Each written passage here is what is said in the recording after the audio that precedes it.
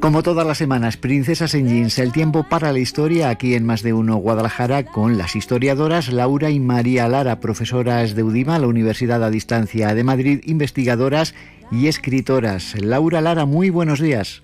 Buenos días, César y oyentes. Hoy la lotería va a ser también, no puede ser menos, nuestro motivo para hacer historia y conocer los antecedentes, curiosidades y también su evolución en nuestro país.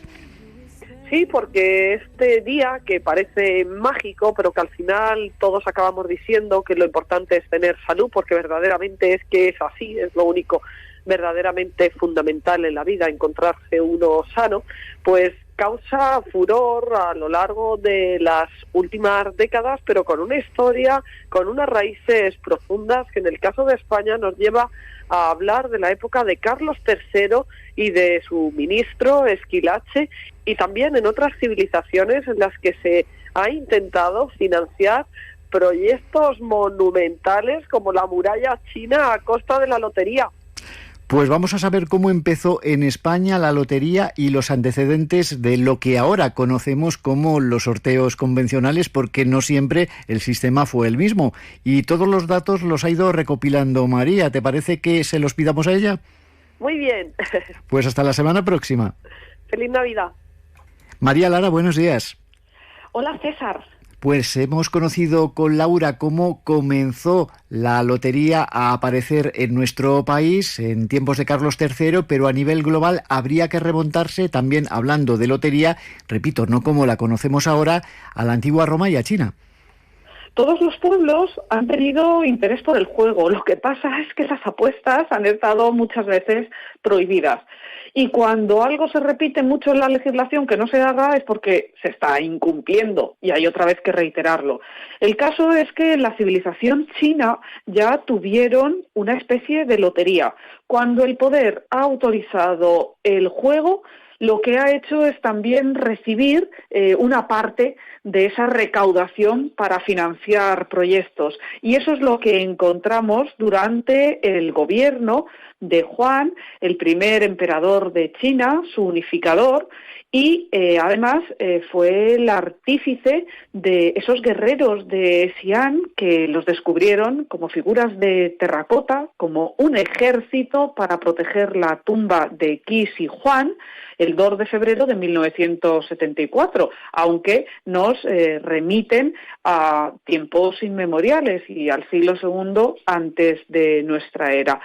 La situación es que este emperador Juan construyó la Gran Muralla China gracias a la recaudación que venía de esos premios de lotería. En cuanto a la antigua Roma, María, ¿qué se puede decir de cómo funcionaba o cómo se realizaba ese sorteo o esos sorteos de lotería? Porque me imagino sería algo muy distinto a como lo conocemos ahora.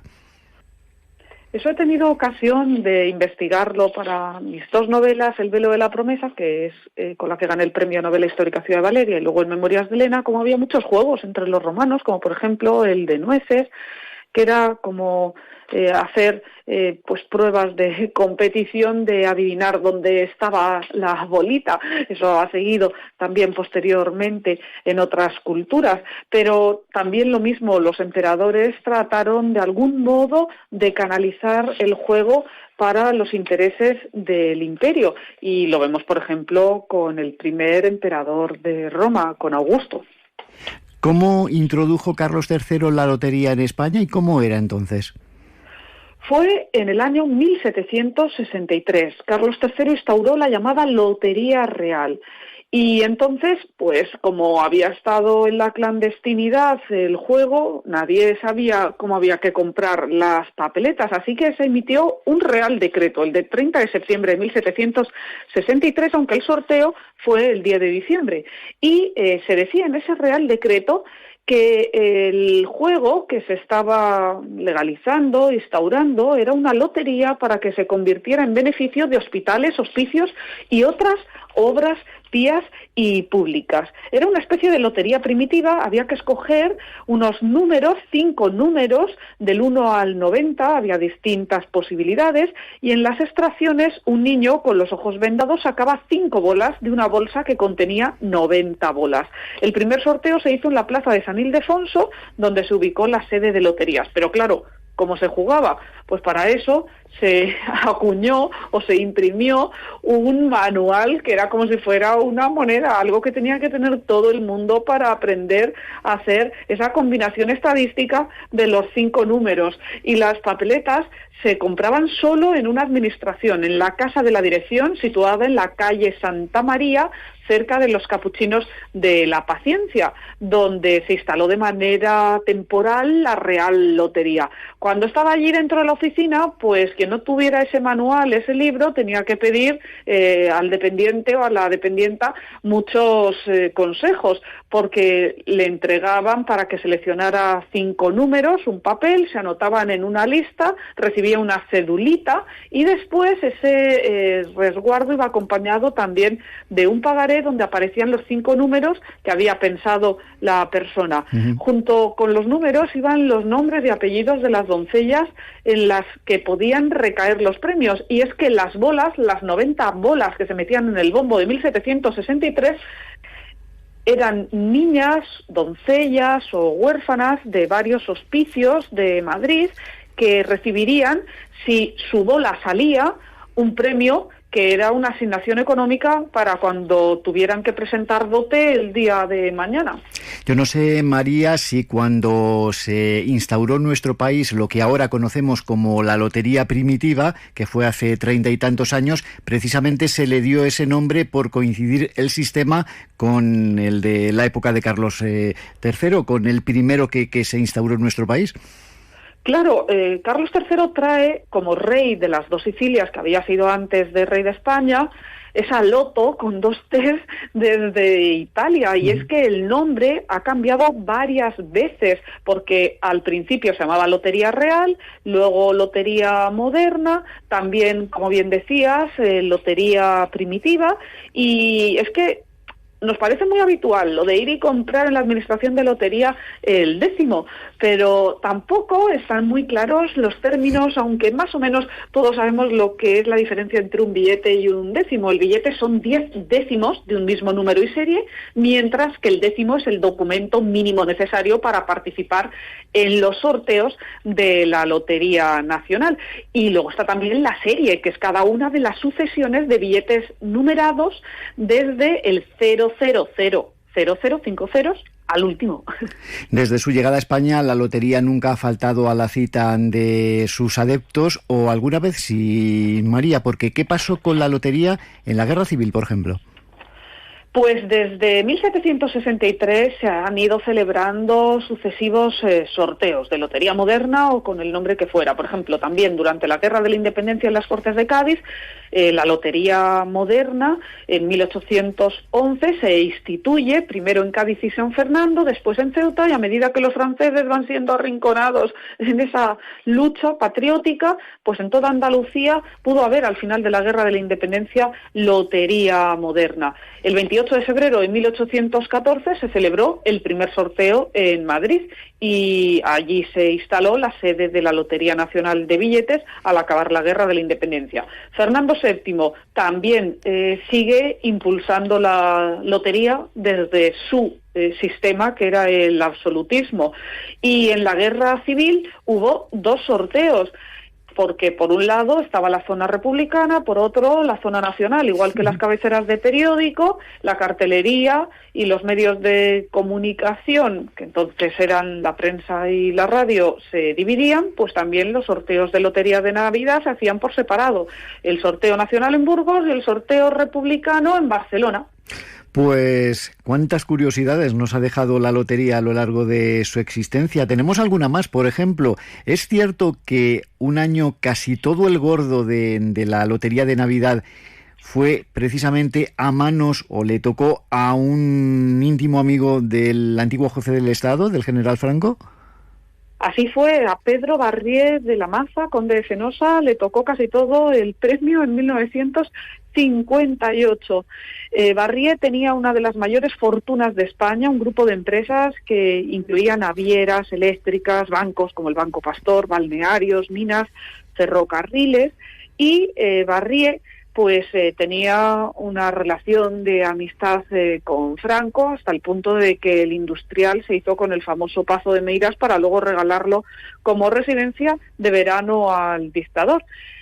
El caso es que el 22 de diciembre de 1958 el gordo cae en el número 33.704. Dejó como premio 210 millones de pesetas, que serían como 1.200.000 euros actuales. Era toda una fortuna para la época, y 6 de las 7 series del número habían sido vendidas en la Administración de Loterías número 3 de A Coruña, situada en la calle de San Andrés. 180 millones, que son más de 1 millón de euros al cambio actual. Se intentó por todos los medios saber quién había comprado todos esos décimos, porque se sabía que el número había sido depositado en una oficina bancaria del Banco Pastor en concreto. Bueno, la situación es que después todo empezó a apuntar que era una persona quien se había hecho con ese importante capital, y que era Pedro Barrié de la Maza. Nunca hubo confirmación oficial por parte de Barrié, pero luego, al poco tiempo, se construyó el embalse de Belesat, y parece que el precio del embalse era la mitad de esos 180 millones de pesetas. Bueno, pues se hizo algo útil en cualquier caso. Vamos con la historia de las bolas también. Diferencia, ¿eran muy distintas las bolas, por ejemplo, de ese año 1763 a las que conocemos ahora? Sí, las bolas de 1763 eran 90. En realidad, más que en un bombo, estaban en una caja y eran de marfil. Como hemos dicho, llevaban el nombre de doncellas. Y además tenemos que tener en cuenta que los sorteos se realizaban en la sala del Real Consejo de Hacienda, y que tenían que estar allí los ministros de dicho consejo sentando, dando cuenta. Era todo transparente.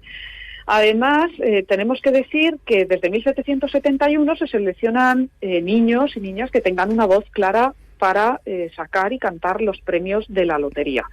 Actualmente hay muchas más bolas, son 100.000, y están hechas de madera de boj, que es de color amarillento, muy resistente, y se obtiene de un árbol que crece especialmente en el norte de España, en tierras calizas.